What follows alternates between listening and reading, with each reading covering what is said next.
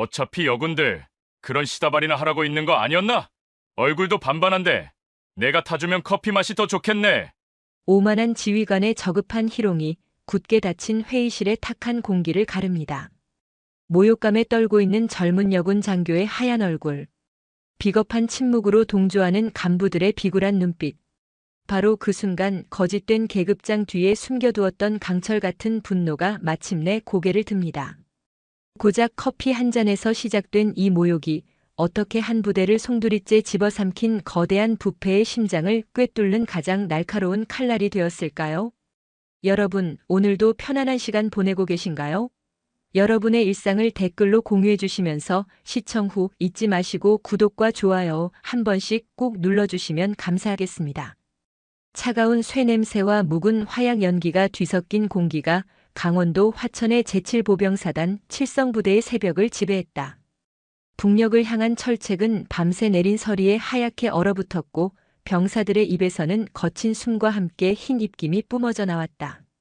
이곳은 휴전선 최전방, 긴장은 혈관 속을 흐르는 피처럼 당연하고 일상적인 것이었다. 그러나 최근 보병연대 예하의 한 보병대대를 감싸는 긴장감은 그 종류가 달랐다.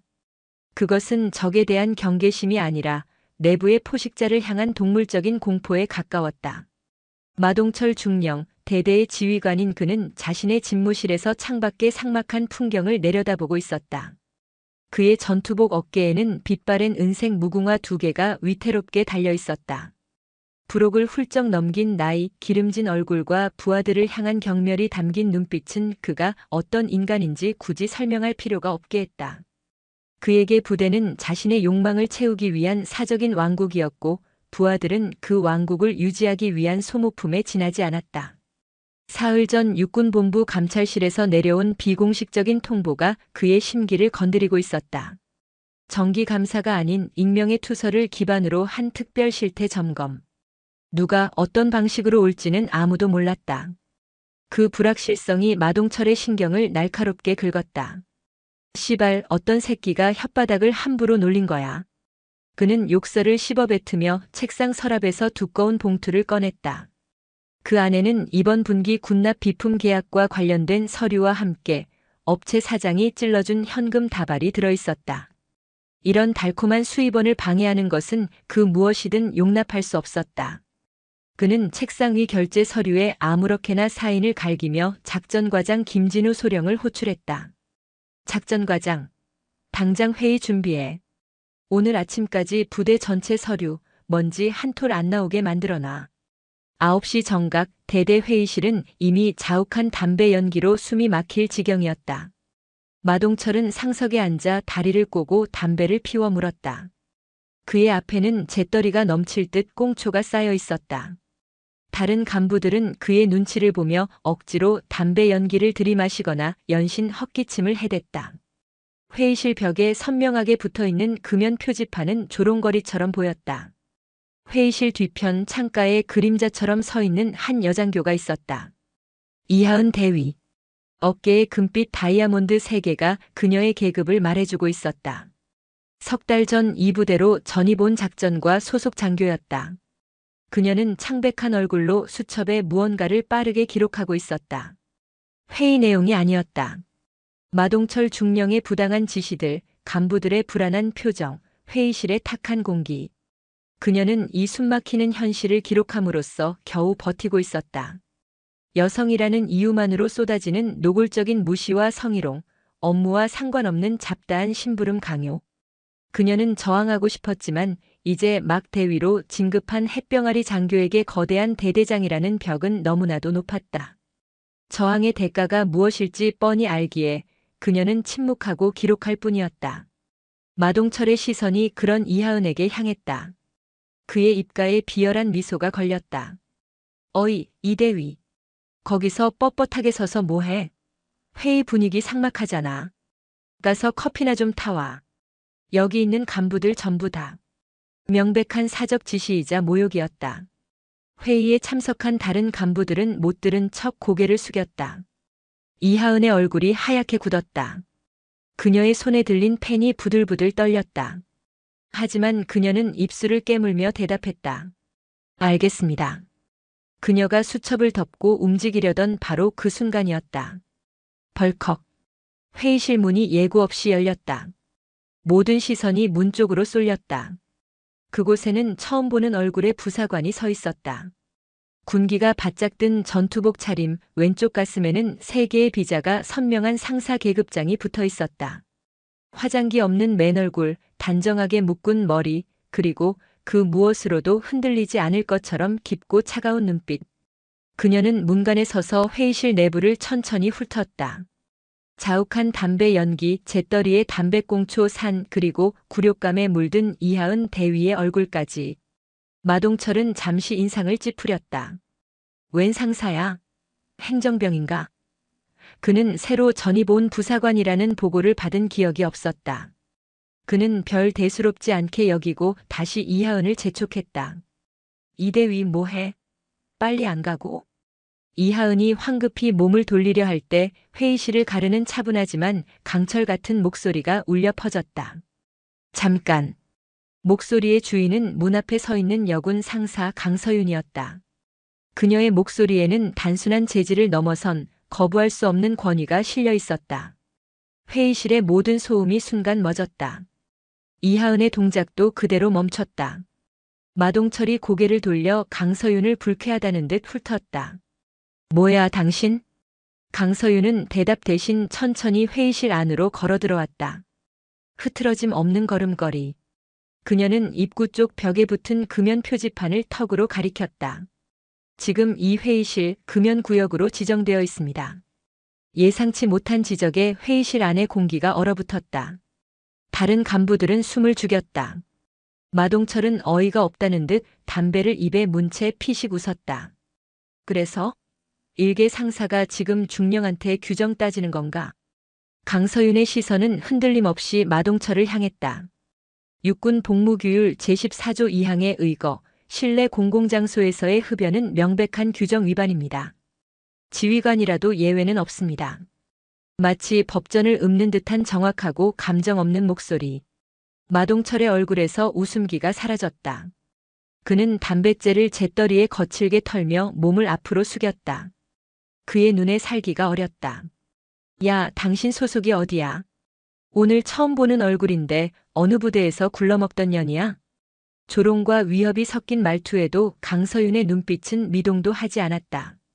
규정은 모든 군인에게 동일하게 적용됩니다. 규정. 어디서 굴러먹던 짬찌 상사가 아는 척은. 마동철의 목소리가 높아졌다. 그는 이하은을 힐끗 보며 말을 이었다. 이 대위도 가만히 있는데 상사 주제에 어딜 대대장한테 대들어. 그의 옆에 앉아있던 작전과장 김진우 소령이 조심스럽게 마동철에게 속삭였다. 대대장님, 혹시 저 상사가 본부에서 온 사람은 아닐까요? 상사가? 감찰을 상사가 나온다고. 김소령, 군 생활 헛했나? 마동철이 코웃음을 쳤다. 본부 감찰은 최소 연관급이야. 저건 그냥 행정지원으로 파견 나온 거겠지. 신경 꺼. 김진우 소령은 입을 다물었지만 그의 눈에는 불안감이 가시지 않았다. 강서윤은 더 이상 마동철과 말을 섞지 않았다. 그녀의 시선이 다시 이하은에게로 향했다. 이대위님. 그녀의 목소리는 낮고 단호했다. 이하은이 깜짝 놀라 그녀를 쳐다봤다. 예? 명백한 규정 위반이 자행되는 현장에서 상급자의 부당한 사적 지시를 이행할 의무는 없습니다. 이하은의 눈이 세차게 흔들렸다. 지난 석 달간 누구도 그녀에게 해주지 않았던 말이었다. 가슴 속에서 뜨거운 무언가가 울컥 치밀어 올랐다. 마동철의 얼굴이 시뻘겋게 달아올랐다. 야, 이개 같은 년이. 너 지금 내 부하한테 명령하는 거야? 상사 주제에. 그는 자리에서 벌떡 일어나 강서윤에게 손가락질을 했다. 이대위. 저 미친년 말 듣지 말고 당장 커피 타와. 이건 명령이야. 이하은은 강서윤과 마동철 사이에서 어쩔 줄 몰라 하며 눈물만 글썽였다. 손이 사시나무처럼 떨렸다. 강서윤이 한 걸음 앞으로 나서며 이하은의 앞을 가로막았다. 이대위님, 뒤로 물러서 계십시오. 그 목소리에는 거역할 수 없는 힘이 있었다. 이하은은 자기도 모르게 한 걸음 뒤로 물러섰다. 이제 마동철과 강서윤이 정면으로 마주섰다. 너 오늘 죽고 싶어서 환장했구나. 너 같은 년들은 내가 아주 잘 알아. 규정 좀 안다고 깝치다가 군 생활 좆되는 거 한순간이야. 마동철이 비웃으며 담배를 새로 꺼내 물었다. 그래, 내가 그렇게 규정을 좋아하니 말이야. 그럼 내가 타와.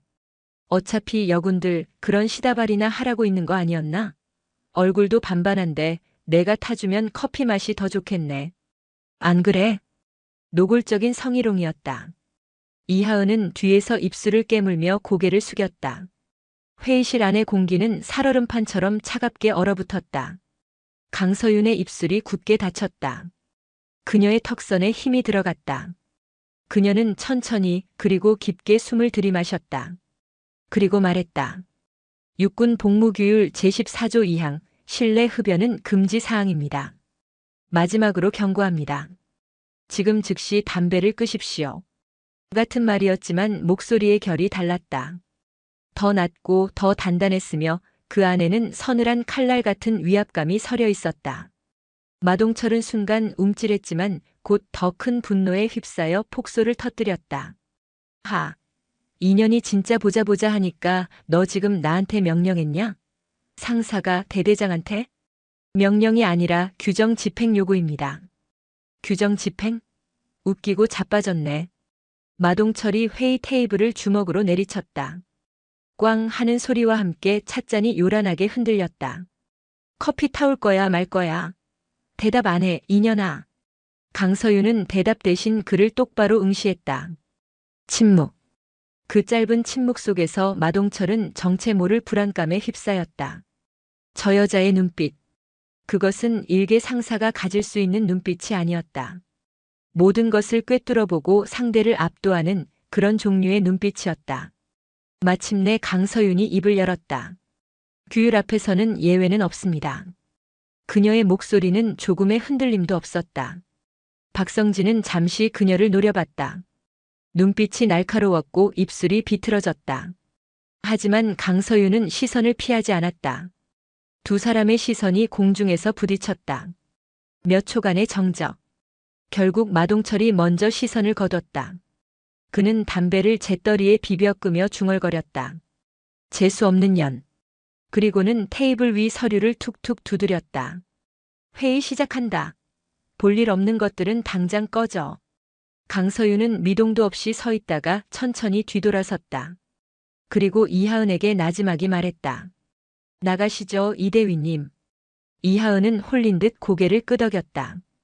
두 여군이 회의실 문을 열고 나갔다. 문이 닫히는 소리가 회의실 안에 무겁게 울렸다. 마동철은 끓어오르는 분노를 억누르며 다시 담배를 꺼내 물려다 문득 멈칫했다. 아까 그 상사의 차갑고 깊은 눈빛이 뇌리에서 떠나지 않았다. 그는 짜증스럽게 담배를 도로 집어넣었다. 회의실 밖 복도. 이하은은 여전히 떨리는 가슴을 진정시키지 못하고 있었다. 그녀가 용기를 내어 강서윤에게 물었다. 저 괜찮으시겠습니까? 대대장님 성격에 그냥 넘어가지 않을 텐데. 강서윤은 걸음을 멈추고 이하은을 돌아봤다. 괜찮습니다. 정말 감사합니다. 아무도 나서주지 않았는데. 이하은의 목소리가 떨려 나왔다. 규정 위반 상황에 침묵하는 것은 군인으로서의 직무유기입니다. 기억하십시오. 강서윤의 말은 교과서 같았지만 그 어떤 위로보다 이하은의 마음에 깊이 와닿았다. 실례지만 어느 부대에서 오셨습니까? 강서윤은 잠시 이하은을 바라보다 짧게 대답했다. 점검차 왔습니다. 아, 역시 본부에서 오셨군요. 이하은은 고개를 끄덕였다. 상사 계급으로 점검단 선발대에 파견 나오신 건가? 여러 가지 생각이 머릿속을 스쳤지만 더 이상 묻지는 못했다. 강서윤은 다시 복도를 걷기 시작했다. 그녀의 뒷모습은 평범한 상사의 것이라고 하기에는 너무나도 단단하고 믿음직스러웠다. 복도 끝 창문 너머로 아침 햇살이 쏟아져 들어오고 있었다. 강서윤은 잠시 그 빛을 바라봤다. 그녀의 눈빛 깊은 곳, 그 누구도 읽을 수 없는 곳에서는 차가운 폭풍이 조용히 응축되고 있었다. 바로 그때 저 멀리 헬기장 쪽에서 희미한 프로펠러 소리가 들려오기 시작했다. 아직은 멀었지만 그 소리는 점점 더 크고 선명하게 다가오고 있었다. 회의실을 나온 강서윤과 이하은은 잠시 복도 끝 창가에 나란히 섰다. 어색한 침묵이 흘렀다.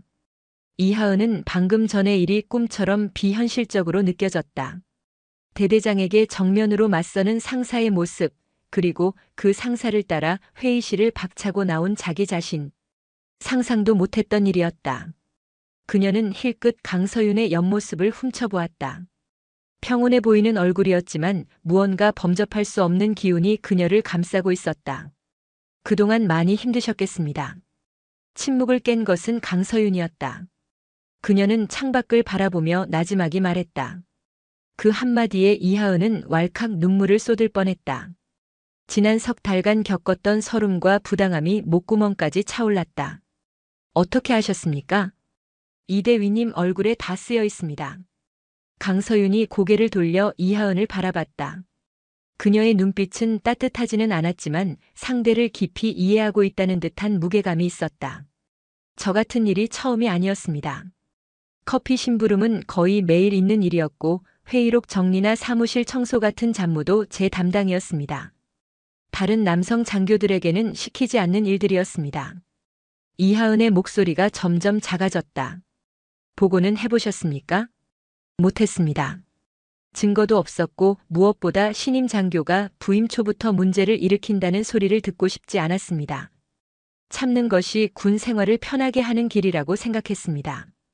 강서윤의 미간이 미세하게 좁혀졌다. 참는 것이 군인의 미덕이 아닙니다. 부조리에 맞서 싸우고 옳은 것을 지켜내는 것이 진짜 군인입니다. 그 말은 이하은의 가슴을 세게 때렸다. 자신이 얼마나 비겁하고 나약했는지 깨닫게 하는 말이었다. 그녀는 부끄러움에 고개를 숙였다. 그때 복도 저편에서 병사 2명이 걸어오고 있었다. 그들은 강서윤을 발견하자마자 걸음을 멈추고 자세를 바로 했다. 단결. 찾고 있었습니다. 우렁찬 경례 소리와 함께 그들은 강서윤에게 다가와 작은 상자를 건넸다. 행정반에 도착한 물품입니다. 수고했다. 강서윤은 자연스럽게 경례를 받고 상자를 건네받았다. 그녀의 동작 하나하나는 군더더기 없이 정확하고 절도가 있었다. 정은채는 옆에서 그 모습을 지켜보며 다시 한번 생각했다. 저분은 절대로 평범한 상사가 아니야. 병사들이 멀어진 후 강서윤은 상자를 열어보았다. 그 안에는 최신형으로 보이는 소형 녹음기와 카메라, 그리고 기타 통신 장비들이 들어있었다. 이하은이 의아한 표정으로 쳐다보자 강서윤은 아무렇지 않게 말했다. 점검에 필요한 장비들입니다. 그녀는 장비들을 자신의 가방에 옮겨 담았다. 그 모습은 마치 오랫동안 비밀 임무를 수행해온 베테랑 요원처럼 능숙했다. 바로 그때 관제탑에서 울리는 듯한 날카로운 방송 소리가 부대 전체에 울려 퍼졌다. 전 부대원 주목. 육군본부 감찰실 소속 점검단 10분 후 부대 정문 도착 예정. 각 부서 지휘관 및 참모는 즉시 영접 준비에 만전을 기할 것. 반복한다. 육군본부 감찰실 점검단 10분 후 도착 예정. 방송이 끝나자 복도는 순식간에 분주해졌다. 서류를 들고 뛰어가는 간부들, 복장을 정돈하는 병사들. 건물 전체가 보이지 않는 손에 의해 흔들리는 듯 했다. 이하은의 얼굴도 긴장으로 굳어졌다. 본부 점검단이 오시는군요. 그렇습니다. 강서윤은 여전히 담담했다. 상사님은 먼저 오신 선발되셨군요. 비슷합니다. 강서윤은 애매한 미소를 지었다. 이대위님, 저와 함께 현관으로 가보시겠습니까? 제가 가도 되겠습니까? 저는 계급도 낮고. 가서 직접 보시는 게 좋을 겁니다. 앞으로 이 부대가 어떻게 변하게 될지. 강서윤의 말에는 묘한 확신이 담겨 있었다. 이하은은 잠시 망설이다 고개를 끄덕였다. 그녀는 강서윤을 따라 1층 현관 로비로 향했다. 그곳에는 이미 대대 간부들이 도열해 있었다. 마동철 중령은 언제 그랬냐는 듯 가장 앞에서 근엄한 표정으로 서 있었다. 그의 옆으로는 김진우 소령을 비롯한 참모들이 굳은 얼굴로 서 있었다. 모두의 시선은 부대 정문으로 향해 있었다. 강서윤은 그들 무리에 섞이지 않고 로비 구석의 기둥 뒤에 조용히 섰다. 이하은도 그녀의 옆에 섰다. 누구도 상사 계급의 여군에게 신경 쓰지 않았다. 하지만 강서윤은 그곳에서 모든 것을 보고 있었다. 간부들의 불안한 눈빛, 마동철의 위선적인 표정, 부대 전체를 감싸는 인위적인 긴장감까지. 잠시 후 부대 정문 쪽에서 검은색 세단 여러 대가 들어오는 것이 보였다. 차들이 현관 앞에 멈춰 서고 뒷문이 열렸다. 가장 먼저 내린 사람은 별하나 준장이었다. 그를 필두로 대령, 중령급 장교들이 차례로 내렸다. 그들의 정복 어깨에 달린 계급장들이 아침 햇살에 번쩍였다. 마동철이 앞으로 달려나가 우렁차게 경례를 붙였다. 단결. 제7보병사단 555연대 555대 대장 중령 마동철. 점검단장님, 이하 점검단 여러분의 부대 방문을 진심으로 환영합니다. 준장은 가볍게 목례로 답하며 건물 안으로 들어섰다. 그의 표정은 딱딱하게 굳어 있었다. 점검단 일행이 로비를 지나는 순간 준장의 시선이 잠시 기둥 뒤에 서 있는 강서윤에게 머물렀다. 강서윤은 그와 눈이 마주치자 다른 부사관들처럼 경례를 올렸다. 준장은 희미하게 고개를 끄덕이고는 지나갔다. 아주 짧은 순간이었지만 이하은은 그들의 눈빛 교환에서 무언가 이상한 기류를 느꼈다. 그것은 상급자가 하급자의 경례를 받는 일반적인 모습과는 미묘하게 달랐다. 점검단이 모두 지휘통제실로 들어간 후 로비에 남아있던 마동철은 안도의 한숨을 내쉬었다. 그의 시선이 로비 구석의 강서윤과 이하은에게 향했다. 그의 얼굴에 다시 불쾌함이 떠올랐다. 너희들 아직도 안 꺼지고 여기서 뭐 하는 거야? 점검단 구경하러 왔어? 그는 혀를 차며 두 사람에게 다가왔다. 특히 당신 이름이 뭐라고 했지? 강상사? 어디서 굴러먹던 부사관인지는 몰라도 여기서는 내 말이 법이야. 아까 회의실에서의 물에 그냥 넘어갈 생각하지 마. 감찰 끝나기만 해봐. 내가 내군 생활을 아주 지옥으로 만들어줄 테니까. 노골적인 협박이었다. 이하은은 겁에 질려 고개를 숙였다. 하지만 강서윤은 표정 하나 변하지 않고 마동철을 똑바로 쳐다봤다. 기대하고 있겠습니다, 대대장님. 마치 도발하는 듯한 그 대답에 마동철은 어이가 없다는 듯 헛웃음을 터뜨렸다. 인연이 진짜 돌았구나. 좋아, 어디 한번 해보자고. 그는 분이 풀리지 않는다는 듯 씩씩거리며 지휘통제실로 향했다. 이하은은 걱정스러운 눈으로 강서윤을 바라봤다. 상사님, 정말 괜찮으시겠습니까? 괜찮습니다. 곧 모든 것이 끝날 테니까요. 강서윤은 조용히 말했다. 그녀의 시선은 창밖을 향해 있었다. 점검단이 타고 온 차량들이 떠나지 않고 현관 앞에 대기하고 있었다. 그리고 저 멀리 하늘 끝, 아침에 들었던 것보다 훨씬 더 가까운 곳에서 또 다른 헬리콥터의 굉음이 들려오고 있었다. 그것은 일반 군용 헬기가 아닌 지휘관 전용 헬기에서나 들을 수 있는 묵직하고 위압적인 소리였다. 부대 전체가 다시 한번 술렁이기 시작했다. 진짜 폭풍은 이제 막 시작되려 하고 있었다. 육군본부 점검단이 도착한 지 1시간이 지났다. 대대 지휘통제실에서는 팽팽한 긴장감 속에서 서류 검토와 현황 보고가 진행되고 있었다. 마동철 중령은 미리 준비한 대로 흠잡을 데 없는 보고를 이어갔지만 점검단장인 준장의 표정은 좀처럼 풀리지 않았다. 그는 서류 너머의 진실을 꿰뚫어 보려는 듯 날카로운 눈으로 마동철과 참모들을 번갈아 후쳤다. 같은 시각 강서윤 상사는 대대 본부 2층 복도를 조용히 걷고 있었다. 그녀의 목적지는 명확했다. 마동철 중령의 집무실. 그녀는 그곳에 부패의 핵심 증거가 있을 것이라고 확신했다. 그녀가 집무실 앞에 섰을 때 문틈으로 희미한 담배 연기와 함께 마동철의 목소리가 새어나오고 있었다. 전화 통화 중이었다. 걱정 말라니까. 김 사장, 이번 분기 납품건은 무조건 우리 대한물산으로 밀어줄 테니 서류만 잘 맞춰서 가져와. 그리고 저번에 말했던 활동비는 오늘 중으로 입금 부탁하고. 그래. 감찰? 그거 별거 아니야. 며칠 시끄럽다 말겠지. 강서윤의 눈빛이 차갑게 가라앉았다. 명백한 뇌물수수 정황이었다. 그녀는 주머니에서 소형 녹음기를 꺼내 버튼을 눌렀다.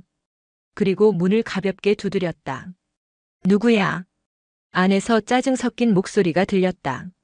강서윤이 문을 열고 들어섰다. 실례합니다. 대대장님.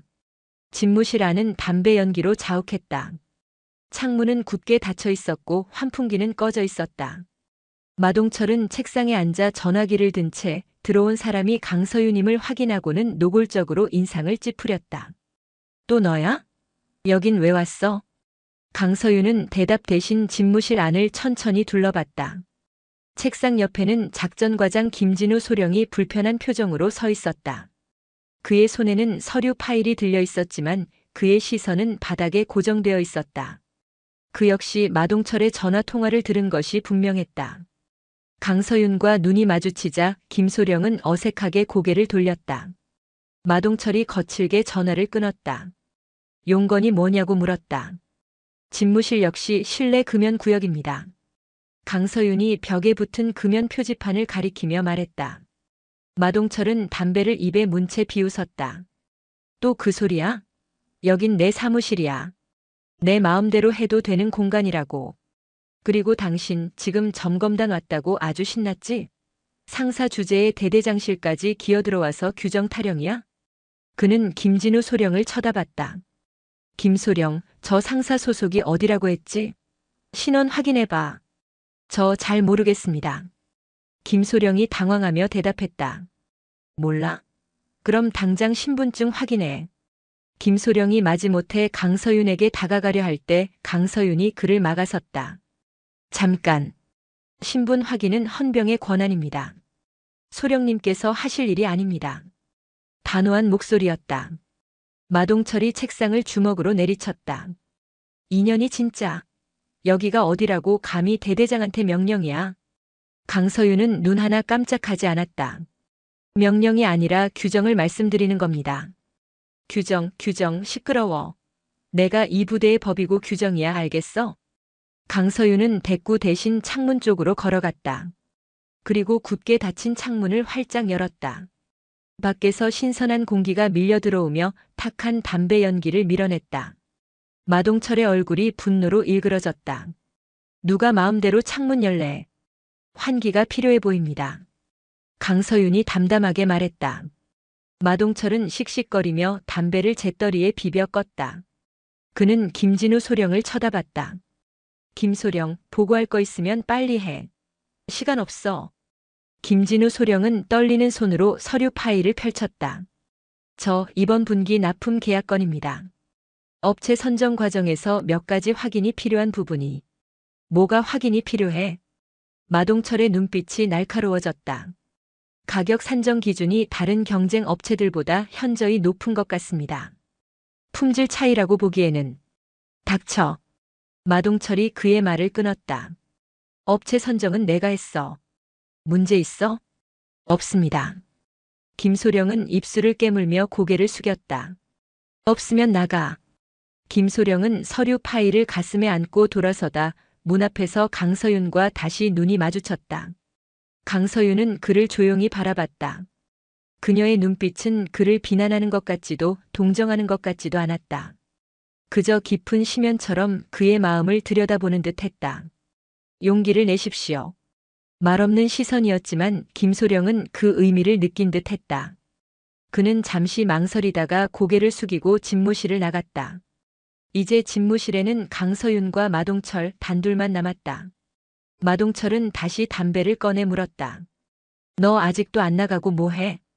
강서윤은 대답 대신 그의 책상을 바라봤다.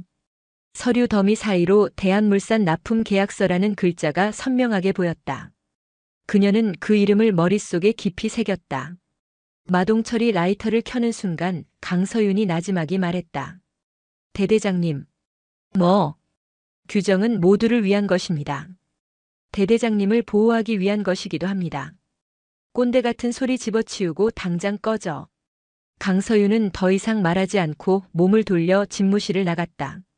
문이 닫히자 마동철은 혼자 남아 담배에 불을 붙이려다 멈칫했다. 활짝 열린 창문으로 들어오는 찬 바람과 아까 그 상사의 서늘한 눈빛이 왠지 모르게 그를 불안하게 만들었다. 그는 짜증스럽게 담배를 서랍에 던져 넣었다. 복도로 나온 강서윤은 곧장 행정반으로 향했다. 그녀는 그곳에서 오늘 전입 온 파견 부사관 행세를 하며 납품 관련 서류 열람을 요청했다. 행정반장은 상사 계급의 그녀를 의심하지 않고 관련 서류처를 내주었다. 강서윤은 서류를 넘기며 대한물산과의 계약서에서 의심스러운 점들을 빠르게 메모했다. 계약 금액이 부풀려진 정황, 타업체와의 비상식적인 가격 차이, 그리고 모든 결제 라인의 최종 승인자는 마동철 중령이었다. 서류 검토를 마치고 복도를 걷던 그녀는 저 멀리서 걸어오는 마동철과 마주쳤다. 그는 점검단 보고를 마치고 나오는 길인 듯 했다. 그는 강서윤을 발견하고는 일부러 그녀의 앞을 가로막았다. 또 너냐? 아주 대대봉부를 내 집 안방처럼 싸돌아다니는구나. 그의 얼굴은 불쾌감으로 일그러져 있었다. 점검단 놈들 때문에 개망신당하고 오는 길이야. 다 너 같은 것들 때문이라고. 제가 아니라 대대장님의 규정 위반 때문입니다. 강서윤이 침착하게 대답했다. 마동철은 코웃음을 쳤다. 규정? 좋아, 규정. 근데 말이야, 당신 나이가 어떻게 돼? 40은 넘어 보이지? 여군치고는 짬밥 꽤나 먹었네. 근데 그 나이 처먹고 아직도 상사야? 진급 포기했어? 명백한 조롱과 인신공격이었다. 그렇게 얼굴 뻣뻣하게 굳히고 다니니까 남자들이 싫어하는 거야. 시집은 갔나 몰라? 아, 그 나이면 이미 늦었나? 강서윤의 턱 끝에 힘이 들어갔지만 그녀의 표정은 여전히 평온했다. 대대장님, 지금 하시는 말씀은 명백한 성희롱 및 모욕에 해당됩니다. 성희롱? 야, 내가 관심 좀 가져주는 거잖아. 칭찬으로 들어. 그 나이에 아직 군대에 붙어 있는 거 대단하다고. 강서윤은 주머니에서 만년필 하나를 꺼냈다. 검은색 금속 재질의 평범해 보이는 펜이었다. 하지만 펜 클립 부분에는 육군 참모총장의 인장이 희미하게 새겨져 있었다. 그녀는 그 펜으로 수첩을 꺼내 무언가를 적기 시작했다. 5월 5일 14시 5분 본부 복도. 마동철 중령의 성희롱 발언. 외모평가, 나이조롱, 계급비하. 마동철이 그녀의 수첩을 엿보려 고개를 들이밀었다. 뭘 적어? 일기 쓰냐? 강서윤이 수첩을 덮었다. 보고서입니다. 보고서? 뭔 보고서? 복무기강 위반 사례 보고서입니다. 대대장님의 모든 발언과 행동은 지금 이 순간에도 기록되고 있으며 정식 절차에 따라 상급부대에 보고될 것입니다. 마동철의 표정이 순간 굳어졌다. 뭐? 야, 너 지금 나 협박하는 거야? 고작 상사 따위가 대대장을 보고해. 누가 내 말을 믿을 것 같아? 강서윤은 펜을 다시 주머니에 넣었다. 규정 앞에서는 계급은 무의미합니다. 또 규정. 지랄하고 자빠졌네. 마동철은 손을 휘저으며 그녀를 지나쳐갔다. 그는 어깨를 툭 치며 지나가며 한마디를 더 던졌다. 그래도 몸매는 쓸만하네. 관리 좀 했나 봐? 그의 저질스러운 목소리가 복도에 울렸다. 강서윤은 그 자리에 서서 그가 사라지는 것을 지켜봤다. 그녀의 표정은 평온했지만 눈빛은 만년설처럼 차갑게 얼어붙어 있었다. 기록되었습니다. 모든 것이. 그녀는 다시 수첩을 펼쳐 추가로 메모했다. 성희롱 반복. 위계를 이용한 인격 모독. 보고 무시 발언. 그녀의 손에 들린 펜이 분노로 미세하게 떨리고 있었다. 마동철 중령과의 정면 충돌 이후 강서윤은 자신의 계획을 더욱 치밀하게 실행에 옮기기 시작했다. 그녀는 더 이상 수동적으로 관찰하고 기록하는 데 그치지 않았다. 그녀는 이제 판을 흔들기로 결심했다. 그녀의 첫 번째 목표는 마동철의 가장 가까운 곳에서 균열을 만드는 것이었다. 그 대상은 작전과장 김진우 소령이었다. 강서윤은 그날 저녁 야간 근무 중인 김소령의 사무실을 찾아갔다. 김소령은 그녀의 등장에 당황하며 자리에서 일어났다. 강 상사님, 어쩐 일이십니까? 잠시 드릴 말씀이 있어서 왔습니다. 소령님. 강서윤은 문을 닫고 그의 맞은편 의자에 앉았다. 그녀의 갑작스러운 행동에 김소령은 안절부절 못했다. 낮에 대대장님 집무실에서의 일 죄송하게 생각합니다. 제가 나서야 했는데. 괜찮습니다. 소령님의 입장을 이해합니다. 강서윤의 목소리는 차분했다. 하지만 언제까지 그렇게 침묵하고 계실 겁니까? 무슨 말씀이신지. 납품 비리건 알고 계시지 않습니까? 강서윤의 직설적인 질문에 김소령의 얼굴이 하얗게 질렸다. 그는 마른 침을 삼키며 주변을 두리번거렸다. 상사님, 그런 위험한 말씀은. 위험한 것은 진실을 외면하는 것입니다, 소령님. 당신은 군인입니까? 아니면 범죄의 공모자입니까? 그 말은 김소령의 가슴에 비수처럼 꽂혔다. 그는 한참 동안 아무 말도 하지 못했다. 그의 눈빛이 세차게 흔들렸다. 그는 주먹을 꽉 쥐었다 펴기를 반복했다. 오랜 침묵 끝에 그가 떨리는 목소리로 입을 열었다. 알고 있습니다. 작년부터 의심하고 있었습니다. 하지만 증거가 없었고 무엇보다 보복이 두려웠습니다. 저에게는 가족이 있습니다. 그 두려움 때문에 수많은 병사들이 부당한 대우를 받고 국방 예산이 낭비되고 있습니다. 소령님의 가족이 소중한 만큼 저 병사들의 청춘과 국민들의 세금도 소중한 것입니다. 강서윤의 목소리는 꾸짖는 것이 아니었지만 그 어떤 질책보다 무겁게 김소령의 양심을 짓눌렀다. 제가 뭘 할 수 있겠습니까? 일개 소령이 대대장님을 상대로. 혼자가 아니시라면 어떻겠습니까? 강서윤이 그의 눈을 똑바로 보며 말했다. 제가 돕겠습니다. 소령님께서 용기를 내주신다면 제가 모든 것을 바로잡겠습니다. 소령님을 보호하고 이 부대를 바꾸겠습니다. 그녀의 목소리에는 의심의 여지가 없는 강한 확신이 담겨 있었다. 김소령은 잠시 그녀를 멍하니 바라봤다. 저 사람은 대체 누구일까? 일개 상사가 어떻게 저런 말을 할 수 있는 걸까? 수많은 의문이 머릿속을 스쳤지만 그는 본능적으로 느낄 수 있었다. 지금 자신의 눈앞에 있는 이 사람은 이 지옥 같은 상황을 끝낼 수 있는 유일한 사람이라는 것을. 그는 마침내 결심한 듯 떨리는 목소리로 말했다. 돕겠습니다. 제가 가지고 있는 자료들을 드리겠습니다. 그날 밤 김진우 소령은 강서윤에게 자신이 그동안 몰래 모아온 마동철의 비리 관련 자료들을 넘겼다. 그것은 그가 양심의 가책 속에서 몰래 복사해둔 서류들이었다. 대한물산과의 비정상적인 계약서 사본, 부풀려진 예산 청구 내역, 그리고 마동철이 사적으로 유용한 부대 유류 사용 기록까지. 작지만 결정적인 증거들이었다. 강서윤은 김소령의 협조를 확보한 후 다음 단계로 넘어갔다. 그녀는 이하은 대위를 찾아갔다. 이하은은 그날 이후 마동철의 노골적인 괴롭힘에 시달리고 있었다. 업무에서 사소한 꼬투리를 잡아 공개적으로 질책하고 야근을 강요하는 등 비열한 보복이 이어지고 있었다. 강서윤은 그녀에게 김소령에게 했던 것과 같은 질문을 던지지는 않았다. 대신 그녀의 어깨를 조용히 두드리며 말했다. 힘드시죠? 하지만 조금만 더 버텨주십시오. 곧 끝이 보일 겁니다. 그리고 그녀는 이하은에게 작은 USB 하나를 건넸다. 혹시라도 대대장이 부당한 지시나 발언을 하면 이걸로 녹음하십시오. 그리고 절대 혼자 있으려 하지 마시고 항상 김진우 소령님과 함께 움직이십시오. 그녀의 말은 단순한 위로가 아니라 구체적인 행동 지침이었다. 이하은은 USB를 받아주었다. 작고 차가운 금속의 감촉이 그녀에게 알 수 없는 용기를 주었다. 강서윤의 물밑 작업은 계속되었다. 그녀는 주말 외박을 핑계로 부대를 나와 대한물산이라는 군납업체에 대해 뒷조사를 시작했다. 회사는 서류상으로만 존재하는 유령 회사에 가까웠고 실제 사장은 마동철의 고향 후배라는 사실을 알아냈다.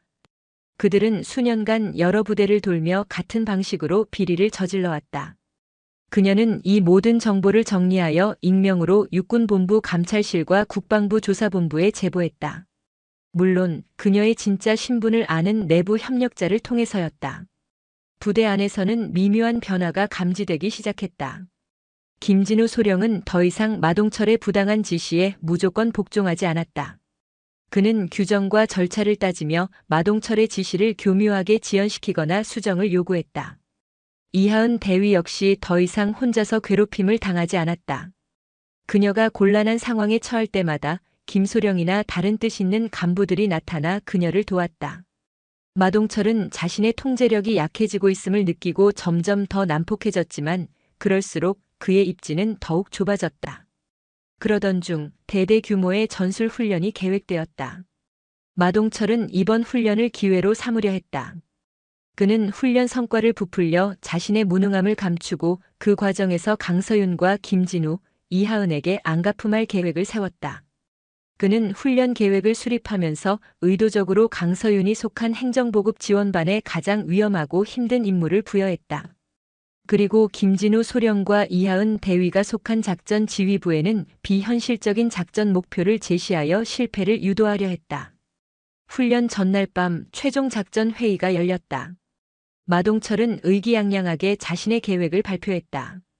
대부분의 간부들은 문제점을 알면서도 침묵했다. 그때 회의실 뒤편에 앉아있던 강서윤이 조용히 손을 들었다. 질문 있습니다. 모든 시선이 그녀에게 쏠렸다. 마동철이 불쾌한 표정으로 그녀를 쳐다봤다. 행정반 상사가 작전 회의에서 무슨 할 말이 있다고. 강서윤은 자리에서 일어나 지도를 가리키며 말했다. 현재 계획된 보급로 2번은 적의 예상 매복 지점과 정확히 일치합니다. 기상 예보에 따르면 내일 새벽에는 폭우가 예상되므로 해당 지역의 하천이 범람할 가능성도 높습니다. 보급 부대의 고립과 막대한 피해가 우려됩니다. 예비 보급로 3번을 활용하는 것이 더 안전하고 효율적이라고 판단됩니다. 그녀의 분석은 너무나도 정확하고 논리적이었다. 그녀는 마치 수십 년간 작전 지휘를 해온 베테랑 장군처럼 지형과 기상, 적의 예상 동태까지 모든 것을 꿰뚫고 있었다. 회의실 안의 모든 장교들이 충격에 휩싸였다. 저것이 정말 일개 행정 상사가 할 수 있는 분석이란 말인가. 김진우 소령이 그녀의 의견에 힘을 보탰다. 강 상사님 말씀이 맞습니다. 대대장님 재검토가 필요합니다. 마동철은 얼굴이 시뻘개졌다. 자신의 계획이 일개 상사에게 정면으로 반박당한 것도 모욕적인데 자신의 참모인 김소령까지 그녀의 편을 들자 이성을 잃었다. 닥쳐. 여기가 어디라고 상사 따위가 작전에 감나라 배나라야. 내 명령이야. 무조건 이번 보급로로 진격해. 토달지 마. 그의 독단적인 결정에 회의실은 싸늘하게 식어버렸다. 강서윤은 더 이상 아무 말도 하지 않고 자리에 앉았다. 하지만 그녀의 눈빛은 이렇게 말하고 있었다. 당신은 스스로 무덤을 팠다. 훈련의 막이 오르기 전 짙은 전운이 대대 전체를 무겁게 짓누르고 있었다. 새벽의 어둠을 찢는 빗줄기와 함께 대대 전술 훈련이 시작되었다. 강서윤의 예언은 정확했다.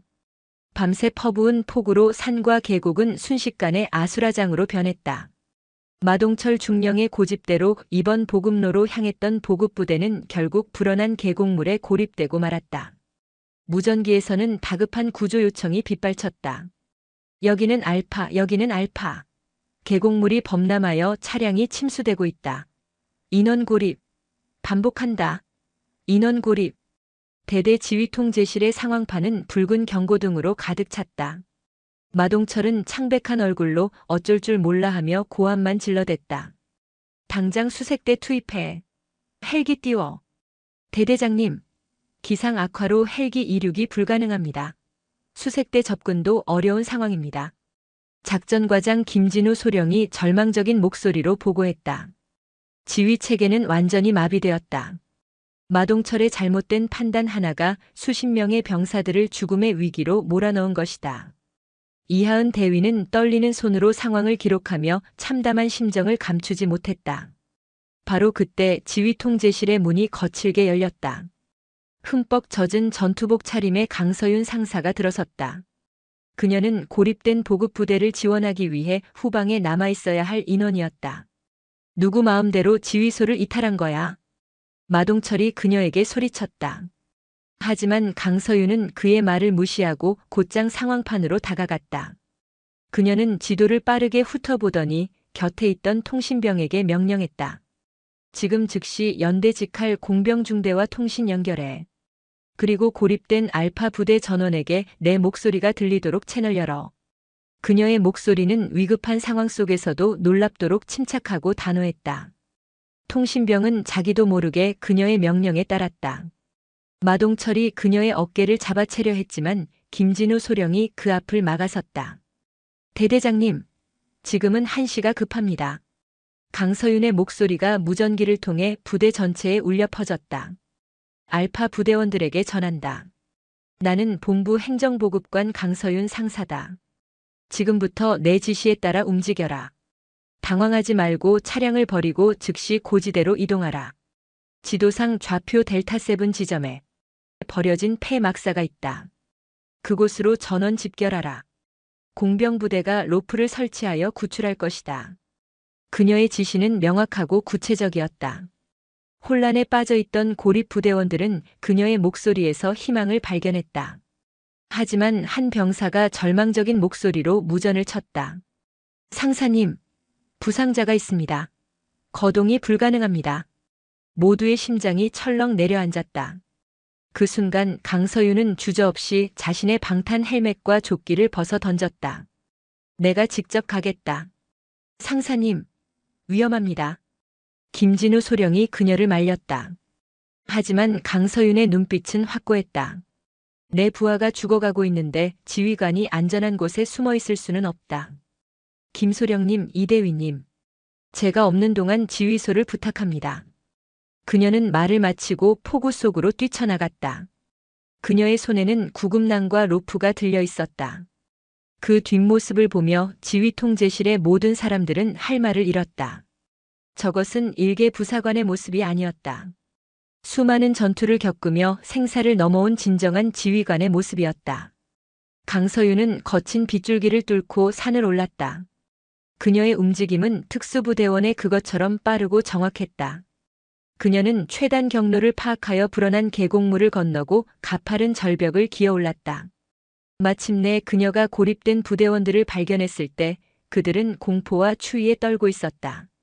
부상당한 병사는 다리가 골절된 채 신음하고 있었다. 내가 왔다. 이제 괜찮다. 그녀의 등장에 병사들은 눈물을 흘렸다. 그녀는 익숙한 솜씨로 부상병을 응급처치하고 주변의 나뭇가지와 군복을 이용해 임시 들것을 만들었다. 그리고 다른 병사들을 독려하며 안전한 폐막사로 이동시켰다. 그녀가 도착했을 때 공병부대는 이미 로프 설치를 완료하고 있었다. 그녀의 정확한 좌표 지시 덕분이었다. 모든 부대원이 무사히 구출된 것은 동이 틀 무렵이었다. 훈련은 중단되었고 대대는 발칵 뒤집혔다. 마동철 중령의 지휘 능력은 바닥을 드러냈고 반대로 강서윤 상사는 하룻밤 사이에 대대의 영웅이 되었다. 병사들은 그녀를 존경의 눈으로 바라봤고 간부들은 그녀의 정체에 대해 수군거리기 시작했다. 훈련이 중단된 대대로 육군본부 감찰실의 진짜 점검단이 헬기를 타고 도착했다. 하지만 그들의 임무는 단순한 점검이 아니었다. 그들은 군 검찰과 헌병대를 대동하고 있었다.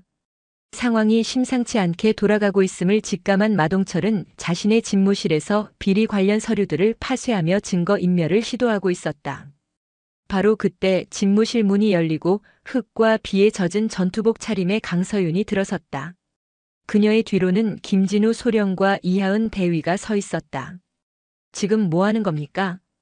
강서윤이 차갑게 물었다. 마동철은 파쇄기를 멈추고 그녀를 노려봤다. 내년 때문이야. 내년이 나타나서 모든 게 엉망이 됐어. 아니, 당신의 탐욕과 무능함이 모든 것을 망친 겁니다. 강서윤이 그의 책상으로 다가가 서류 하나를 집어들었다. 대한물산과의 이면 계약서였다. 이 모든 것을 당신은 어떻게 설명하시겠습니까? 마동철은 이성을 잃고 그녀에게 달려들었다. 하지만 강서윤은 가볍게 그의 팔을 꺾어 제압했다. 그의 손목에서 둔탁한 뼈 소리가 울렸다. 악! 마동철이 비명을 지르며 바닥에 쓰러졌다. 바로 그 순간 헌병들이 집무실로 들이닥쳤다. 그들은 마동철을 일으켜 세우고 그의 손에 수갑을 채웠다. 마동철 중령, 당신을 뇌물수수, 직권남용, 군용물 횡령 및 지휘태만 혐의로 긴급 체포합니다. 마동철은 끌려가면서도 믿을 수 없다는 듯 강서윤을 쳐다봤다. 너 대체 정체가 뭐야? 강서윤은 대답하지 않았다. 그녀는 창밖을 바라봤다. 비는 그쳤고 먹구름 사이로 아침 햇살이 비치고 있었다. 길고 어두웠던 밤이 지나고 새로운 아침이 밝아오고 있었다. 마동철 중령이 헌병대에 연행된 후 대대는 거대한 충격과 혼란에 휩싸였다. 지휘관의 부재, 그리고 하룻밤 사이에 영웅이 된 의문의 여군 상사. 모든 것이 비현실적이었다. 간부들과 병사들은 앞으로 어떤 일이 벌어질지 알 수 없어 불안에 떨었다. 다음 날 오전 대대 전 장병 및 간부가 연병장에 소집되었다. 연단 위에는 육군본부에서 파견된 감찰감 백인호 준장이 딱딱한 표정으로 서 있었다. 그의 옆으로는 군 검사와 헌병대장이 도열해 있었고 그들 뒤로 강서윤 상사가 이전과 같은 평범한 전투복 차림으로 서 있었다.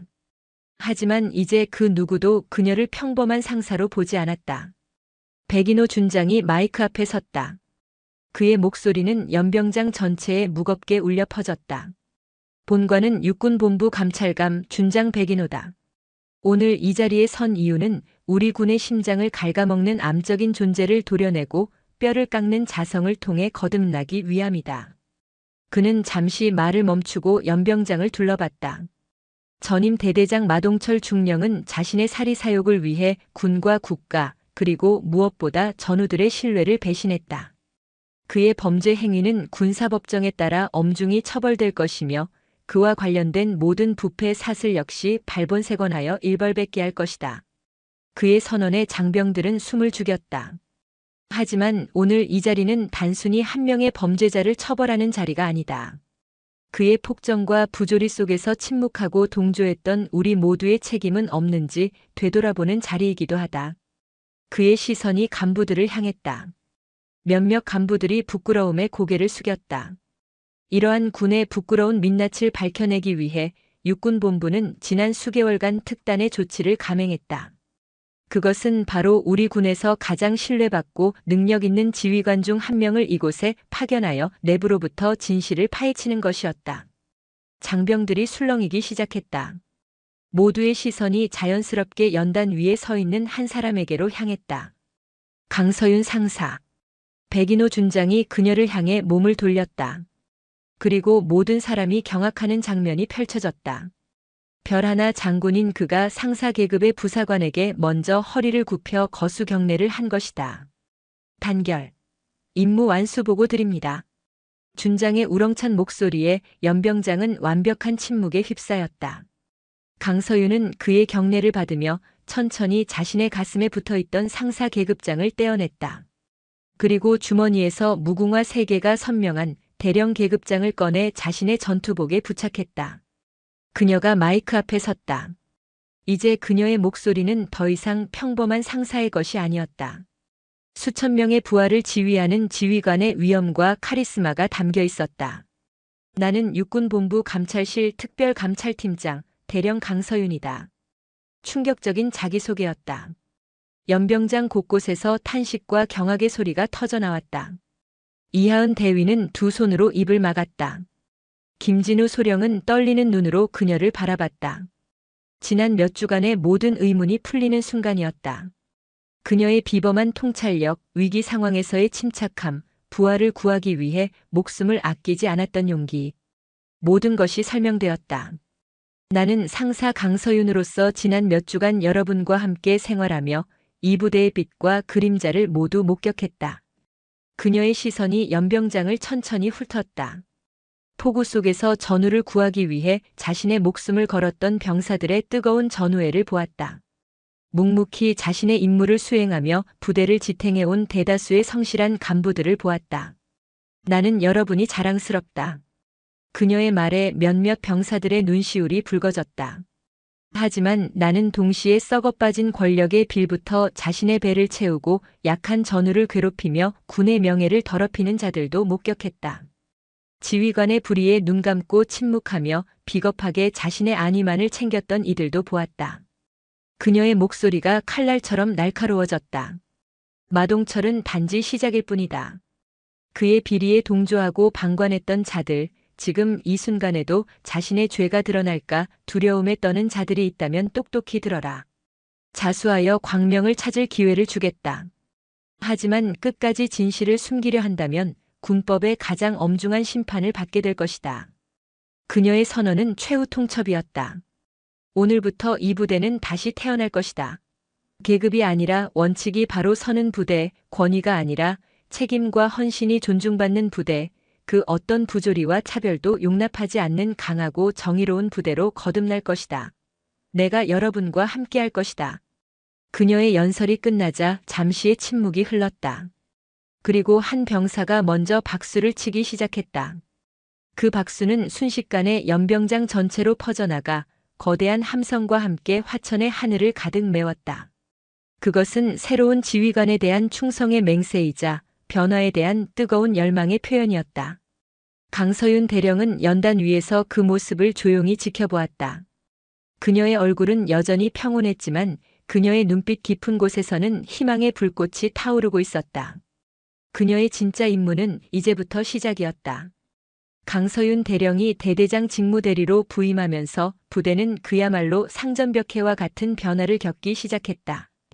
그녀의 개혁은 거창한 구호가 아닌 가장 기본적인 것에서부터 시작되었다. 가장 먼저 사라진 것은 회의실의 담배 연기였다. 그녀는 모든 실내 공간을 절대 금연 구역으로 지정하고 위반 시 지휘고하를 막론하고 엄중히 징계했다. 처음에는 투덜거리던 간부들도 그녀의 단호한 태도에 곧 수긍할 수밖에 없었다. 다음으로 그녀는 마동철이 만들어 놓은 모든 불합리한 규정과 관행을 폐지했다. 주말에 간부들을 부대로 출근시켜 사적인 일을 시키는 것, 병사들의 외출 외박을 부당하게 통제하는 것, 불필요한 서류 작업과 의전 행사 등이 모두 사라졌다. 대신 그녀는 실전적인 훈련과 병사들의 복지 향상에 모든 역량을 집중했다. 그녀는 매일 아침 병사들과 함께 연병장을 뛰었고 식당에서는 병사들과 똑같은 식판에 밥을 먹으며 그들의 고충을 들었다. 그녀는 계급장으로 말하는 대신 행동으로 자신의 철학을 보여주었다. 그녀에게 지휘관은 군림하는 자리가 아니라 가장 앞에서 부하들의 바람을 막고 가장 뒤에서 그들을 챙기는 자리였다. 이러한 변화에 가장 크게 기여한 것은 김진우 소령과 이하은 대위였다. 강서윤은 김소령을 작전 참모로, 이하은을 인사 참모로 중용하며 그들에게 힘을 실어주었다. 두 사람은 과거의 무력감에서 벗어나 자신들의 능력을 마음껏 펼치며 강서윤의 개혁을 도왔다. 특히 이하은 대위는 여성 군인들의 고충 처리와 권익 향상을 위한 제도를 마련하는 데 앞장섰다. 부대 내에 익명성이 보장되는 성고충 상담 창구가 개설되었고 남녀 군인 모두가 서로를 존중하는 문화를 만들기 위한 교육이 정기적으로 실시되었다. 물론 모든 과정이 순탄했던 것만은 아니다. 마동철의 잔재 세력과 변화를 거부하는 일부 보수적인 간부들의 저항도 만만치 않았다. 그들은 뒤에서 강서윤을 독선적인 철의 여인이라 비난하고 그녀의 개혁 정책을 교묘하게 방해했다. 어느 날 익명의 투서가 사단 사령부에 접수되었다. 강서윤 대령이 자신의 권한을 남용하여 특정 장교들에게 특혜를 주고 부대 운영을 독단적으로 처리하여 위계 질서를 무너뜨리고 있다는 내용이었다. 명백한 흠집 내기였다. 사단장은 강서윤을 호출했다. 강대령, 이런 투서가 들어왔는데 어떻게 된 일인가? 강서윤은 조금도 당황하지 않고 차분하게 대답했다. 사실무근입니다, 사단장님. 저는 원칙과 규정에 따라 부대를 지휘하고 있을 뿐입니다. 다만 그 원칙이 어떤 이들에게는 불편하게 느껴질 수 있을 겁니다. 그녀는 자신이 추진하고 있는 모든 개혁 정책의 진행 상황과 성과를 데이터에 기반하여 보고했다. 병사들의 사기 진작도, 부대 전투력 측정 결과, 예산 집행의 투명성 등 모든 지표가 그녀가 부임한 이후 놀랍도록 향상되어 있었다. 저는 제가 가는 길이 옳다고 확신합니다. 만약 제 방식에 문제가 있다면 정식으로 감사를 청구하십시오. 모든 조사를 성실히 받겠습니다. 그녀의 당당한 태도에 사단장은 더 이상 아무 말도 하지 못했다. 그는 이미 강서윤이라는 인물이 보통 내기가 아님을 알고 있었다. 육군본부에서 가장 촉망받는 지휘관을 일개 대대의 직무대리로 내려보낸 참모총장의 의도가 무엇이겠는가? 그는 강서윤의 모든 행동을 묵인하고 지지해주기로 결심했다. 시간이 흐르면서 강서윤의 진심은 부대원 전체에게 전달되었다. 병사들은 그녀를 우리 엄마라고 부르며 따랐고 대다수의 간부들은 그녀의 리더십을 진심으로 존경하게 되었다. 부대는 이전과는 비교할 수 없을 정도로 활기차고 강한 조직으로 변모했다. 몇 달 후 군사법원에서 마동철과 그 일당에 대한 최종 판결이 내려졌다. 마동철은 징역 15년이라는 중형을 선고받았고 그에게 뇌물을 상납하고 비리를 공모했던 군납업체 사장과 관련자들도 모두 겁의 심판을 받았다. 썩은 뿌리가 완전히 뽑혀나간 것이다. 그 소식이 전해진 날 저녁 강서윤은 대대 지휘관실에서 홀로 창밖을 바라보고 있었다. 어둠이 내린 연병장 위로 하얀 눈이 소리 없이 내리고 있었다. 그때 누군가 조용히 문을 두드렸다. 이하은 대위였다. 그녀의 손에는 따뜻한 커피 2잔이 들려 있었다. 대령님 고생 많으셨습니다. 그녀는 말없이 커피 잔을 건넸다. 강서윤은 잔을 받아들며 희미하게 미소 지었다. 이 대위가 타주는 커피는 맛이 좋군. 그녀의 농담에 이하은도 마주 웃었다.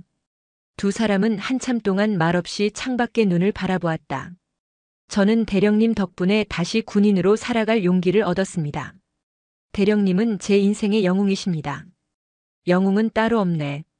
이대위처럼 자신의 자리에서 양심을 지키고 용기를 내는 사람 모두가 영웅이지. 강서윤은 커피를 한 모금 마셨다. 내 임무는 이제 거의 끝났다네. 곧 본부로 복귀하라는 명령이 내려올 거야. 벌써 가십니까? 이하은의 목소리에 아쉬움이 묻어났다. 나는 씨앗을 뿌렸을 뿐이야. 이 부대를 아름다운 숲으로 가꾸는 것은 이제 자네들과 남아있는 부대원들의 몫이지. 잘할 수 있겠나? 예, 대령님. 저희에게 맡겨주십시오. 이하은이 씩씩하게 대답했다.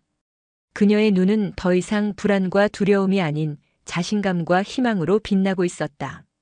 강서윤은 만족스러운 듯 고개를 끄덕였다. 그녀가 이곳에 와서 이루고 싶었던 가장 큰 목표는 부패한 지휘관 한 명을 처벌하는 것이 아니었다. 이하은과 김진우처럼 잠들어 있던 건강한 군인들의 양심을 깨우고 그들이 스스로 부대를 지켜나갈 힘을 길러주는 것이었다. 흰 눈은 밤새도록 내려 부대의 모든 상처와 아픔을 순백으로 덮어주었다. 새로운 계절이 오고 있었다. 강서윤 대령의 복귀 명령은 예상보다 빨리 내려왔다. 그녀가 떠나는 날 대대 전 장병이 자발적으로 연병장에 도열하여 그녀를 배웅했다. 공식적인 행사가 아니었음에도 그들은 지난 몇 달간 자신들의 삶을 송두리째 바꿔놓은 진정한 지휘관에게 마지막 인사를 하고 싶었다. 그녀가 위병소를 향해 걸어갈 때 한 병사가 달려와 서툰 솜씨로 만든 꽃다발을 그녀의 품에 안겨주었다. 대령님 감사했습니다. 잊지 않겠습니다. 그의 외침을 시작으로 연병장 곳곳에서 함성이 터져나왔다. 단결. 강서윤 대령님 사랑합니다. 충성. 대한민국 최고의 지휘관. 강서윤은 뒤돌아 그들을 향해 말없이 거수 경례를 붙였다. 그녀의 눈가가 희미하게 붉어져 있었다. 그녀는 이곳에서 단순히 임무를 수행한 것이 아니었다. 그녀 역시 그들에게서 많은 것을 배우고 잊고 있던 군인으로서의 초심을 되찾았다. 그녀가 떠난 후 부대는 잠시의 허전함을 겪었지만 이내 새로운 활기를 찾아갔다. 후임 대대장으로는 군내에서 가장 존경받는 인물 중 한 명이 부임했다. 그는 강서윤이 닦아놓은 개혁의 기조를 이어받아 부대를 더욱 강하고 투명한 조직으로 발전시켰다. 김진우 소령은 중령으로 진급하여 다른 부대의 대대장으로 영전했고 이하은 대위 역시 소령 진급 심사를 압도적인 성적으로 통과하여 육군본부의 핵심 참모로 발탁되었다. 그들은 각자의 위치에서 강서윤의 아이들이라는 자부심을 가지고 군의 변화를 이끌어가는 주역이 되었다. 한편 육군본부로 복귀한 강서윤 대령에게는 더욱 막중한 임무가 주어졌다. 참모총장은 그녀를 국방개혁위원회의 핵심 위원으로 임명했다. 그녀의 경험과 통찰력을 바탕으로 군 전체의 낡은 관행과 부조리를 뿌리 뽑는 역할을 맡긴 것이다. 그녀의 책상에는 전군 각지에서 접수된 수많은 비리 제보와 고충 민원 서류들이 산더미처럼 쌓였다. 제2, 제3의 마동철은 여전히 군의 어두운 구석에 존재했다. 그녀는 밤낮을 잇고 일에 몰두했다. 때로는 거대한 기득권의 저항에 부딪혀 좌절하기도 하고 변하지 않는 현실의 무력감을 느끼기도 했다. 그럴 때마다 그녀는 칠성부대에서 병사들이 만들어준 시든 꽃다발을 바라보았다. 그리고 눈 덮인 연병장에서 자신을 향해 함성을 외치던 그들의 얼굴을 떠올렸다. 나는 혼자가 아니다. 나의 뒤에는 변화를 열망하는 수많은 전우들이 있다. 어느 날 그녀의 사무실로 한 통의 편지가 배달되었다. 발신인은 이하은 소령이었다. 편지에는 부대의 소식과 함께 그녀가 얼마 전 여군 최초로 특수부대 중대장으로 선발되었다는 기쁜 소식이 담겨 있었다. 그리고 편지 마지막에는 이런 구절이 적혀 있었다. 대령님께서 뿌리신 씨앗이 이제 군 전체에서 아름다운 꽃으로 피어나고 있습니다. 저희가 대령님의 뒤를 따르겠습니다. 그러니 대령님께서는 더 높은 곳을 향해 더 멀리 나아가 주십시오. 저희가 대령님의 굳건한 방패가 되겠습니다. 강서윤은 편지를 읽으며 조용히 미소 지었다. 그녀는 책상 위에 놓인 대한민국 전군 지도를 바라봤다. 아직 가야 할 길은 멀고 싸워야 할 적들은 많았다. 하지만 그녀는 더 이상 두렵지 않았다. 그녀가 시작한 정의의 행군은 이제 거대한 물결이 되어 대한민국 국군이라는 거대한 강을 정화시키고 있었다. 그녀는 자리에서 일어나 창밖의 푸른 하늘을 바라봤다. 그녀의 눈빛은 그 하늘보다 더 높고 더 푸른 이상을 향하고 있었다. 진정한 개혁은 한 명의 영웅이 아니라 깨어있는 수많은 전우들의 연대로 이루어진다는 것을 그녀는 알고 있었다. 그녀의 싸움은 이제 개인의 차원을 넘어 시대의 사명이 되어가고 있었다.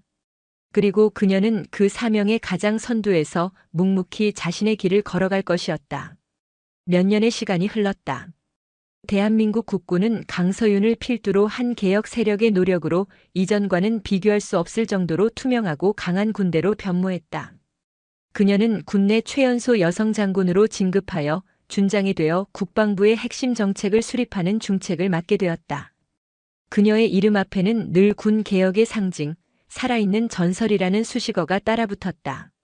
하지만 그녀는 단 한순간도 과거를 잊지 않았다. 특히 혹한의 겨울을 함께 보냈던 칠성부대 대대에서의 기억은 그녀의 군 생활에 있어 가장 중요한 원동력이 되었다. 그녀는 가끔씩 그때의 부대원들이 어떻게 지내는지 궁금해했다. 어느 봄날 그녀는 국방부 장관과 함께 최전방 부대 시찰에 나섰다. 시찰 부대 리스트에는 익숙한 이름이 있었다. 제7보병사단. 그녀의 마음이 미세하게 떨렸다. 헬기에서 내린 그녀의 눈에 가장 먼저 들어온 것은 조금도 변하지 않은 칠성부대의 굳건한 부대 마크였다. 부대 현황 보고를 받기 위해 사단 지휘통제실로 들어선 순간 그녀는 자신도 모르게 걸음을 멈췄다. 보고를 위해 연단에 선 작전 참모의 얼굴이 너무나도 낯익었기 때문이다. 단결. 제7보병사단 작전 참모 중령 이하은. 국방부 장관님 이하 방문단 여러분께 부대 현황을 보고 드리겠습니다. 힘차게 경례를 외치는 그녀는 더 이상 불안에 떨던 신임 장교가 아니었다.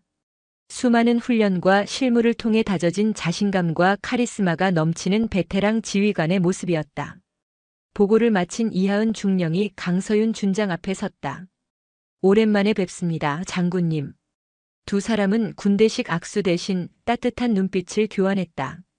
자랑스럽다, 이중령. 아주 훌륭한 지휘관이 되었구나. 그때 지휘통제실 문이 열리며 또 다른 익숙한 얼굴이 들어왔다. 장군님, 오셨다는 말씀 들었습니다. 육군본부에서 근무하고 있을 줄 알았던 김진우 대령이었다. 그는 현재 이 사단의 부사단장으로 부임해 있었다. 아니, 김 대령이 여긴 어쩐 일인가? 이곳이 제 고향이나 마찬가지 아니겠습니까? 이하은 중령과 함께 장군님께서 만들어주신 부대를 지키고 있습니다. 세 사람은 한자리에 모여 잠시 감회에 젖었다. 그들이 함께 싸웠던 시간, 그리고 각자의 자리에서 이뤄낸 성장. 그 모든 것이 파노라마처럼 스쳐 지나갔다. 시찰의 마지막 일정은 병사들과의 대화 시간이었다. 강당에 모인 병사들 앞에서 강서윤 장군은 자신의 군 생활에 대한 이야기를 풀어놓았다. 그녀는 자신이 상사로 위장 근무했던 시절의 이야기를 담담하게 털어놓았다. 그때 나는 깨달았다. 진정한 지휘관의 힘은 계급장에서 나오는 것이 아니라 부하들의 마음속에서 나온다는 것을. 여러분 한 사람 한 사람이 바로 이 군대를 지탱하는 심장이다. 그녀의 진솔한 이야기에 병사들은 뜨거운 박수를 보냈다. 질의응답 시간이 되자 한 병사가 손을 들고 질문했다. 장군님, 장군님의 군 생활에서 가장 기억에 남는 순간은 언제였습니까? 강서윤은 잠시 생각에 잠겼다. 수많은 영광의 순간들이 있었지만 그녀의 뇌리에 가장 깊이 박힌 장면은 따로 있었다. 폭우가 쏟아지던 어느 훈련 날이었다. 부상당한 전우를 구하기 위해 이름도 계급도 모르는 병사들이 인간 사슬을 만들어 거친 계곡물을 건너는 것을 보았다. 그 순간 나는 우리 군의 진정한 힘을 보았다. 그것은 최신 무기도 뛰어난 전략도 아닌 바로 전우를 구하기 위해 자신의 목숨을 기꺼이 내놓을 수 있는 전우였다. 그녀의 말이 끝나자 강당은 숙연한 감동에 휩싸였다. 모든 시찰 일정을 마치고 헬기에 오르기 전 이하은 중령이 그녀에게 다가와 작은 상자를 건넸다. 장군님, 저희 부대원들이 함께 준비한 선물입니다. 상자 안에는 칠성부대 마크가 새겨진 낡은 수통이 들어있었다. 그리고 수통에는 작은 글씨들이 빼곡하게 새겨져 있었다. 그것은 그녀가 거쳐갔던 대대 병사들의 이름이었다. 저희는 장군님을 영원히 기억할 것입니다. 강서윤은 더 이상 눈물을 참지 못했다. 그녀의 군 생활은 외롭고 치열한 싸움의 연속이었지만 그 끝에는 이토록 따뜻한 전우들이 남아 있었다. 헬기가 이륙하며 점점 작아지는 부대를 내려다보며 그녀는 조용히 다짐했다. 내가 이 군복을 입고 있는 한 나의 심장은 언제나 최전방의 내 전우들과 함께 뛸 것이다. 그녀의 시선은 다시 전방, 더 높고 험준한 곳을 향하고 있었다. 그녀의 이야기는 아직 끝나지 않았다. 대한민국 국군이 존재하는 한 그녀의 전설은 계속될 것이었다. 강서윤 장군의 이야기는 군 내부에서 살아있는 신화가 되었다. 그녀가 거쳐간 부대마다 개혁의 바람이 불었고 그녀의 리더십을 배우려는 후배 장교들의 발길이 끊이지 않았다. 그녀는 국방부 정책실장이라는 요직을 거쳐 마침내 여군 최초로 사단장으로 임명되는 영예를 안았다. 공교롭게도 그녀가 지휘하게 된 부대는 바로 그녀의 운명을 바꿔놓았던 제7보병사단 칠성부대였다. 그녀의 사단장 취임식은 성대하지만 간소하게 치러졌다. 불필요한 의전을 모두 생략하고 오직 사단 장병들과 함께 새로운 시작을 다짐하는 자리로 꾸며졌다. 취임사에서 그녀는 이렇게 말했다. 나는 오늘 이 부대의 사단장으로서가 아니라 여러분의 가장 충실한 전우로서 이 자리에 섰다. 나의 지휘 방침은 단 3가지다. 첫째, 실전과 같은 훈련. 둘째, 전우에 대한 절대적인 신뢰. 셋째, 그 어떤 불의와도 타협하지 않는 정예. 이 3가지 원칙 아래 나는 여러분과 함께 숨쉬고 함께 땀 흘리며 조국 수호의 최전선에 설 것이다. 그녀의 지휘 아래 칠성부대는 대한민국 최강의 전투부대로 거듭났다. 그녀는 낡은 작전 계획을 전면 수정하고 첨단 과학기술을 훈련에 접목시켰다. 또한 병사 한 사람 한 사람을 인격체로 존중하는 병영 문화를 정착시켜 군의 고질적인 문제였던 병영 부조리를 완전히 뿌리 뽑았다. 그녀가 사단장으로 부임한 지 1년이 되던 해, 북한의 무력 도발로 인해 전방 지역에 일촉즉발의 위기 상황이 발생했다. 적의 포탄이 비무장지대 우리 측 초소 근처에 떨어졌고 전군의 최고 수준의 경계 태세가 발령되었다. 모두가 숨을 죽이고 상황을 주시했다. 추가 도발이 이어진다면 전면전으로 비화될 수도 있는 심각한 상황이었다. 모든 지휘관들이 본부의 지침을 기다리며 수세적인 대응을 할 때 오직 강서윤 사단장만이 달랐다. 그녀는 즉시 선조치 후보고 원칙에 따라 휘하 포병부대의 즉각적인 대응 사격을 명령했다. 그녀의 포탄은 적의 도발 원점을 정확하게 타격했다. 한치의 오차도 없는 정밀한 반격이었다. 그녀의 결단은 군 수뇌부를 놀라게 했지만 결과적으로는 최고의 선택이 되었다. 우리의 단호한 대응 의지에 당황한 북한은 더 이상의 도발을 멈추고 대화를 제의해왔다. 그녀의 용기 있는 결단이 전면전의 위기를 막고 평화를 지켜낸 것이다. 이 사건으로 그녀는 국민적인 영웅으로 떠올랐다.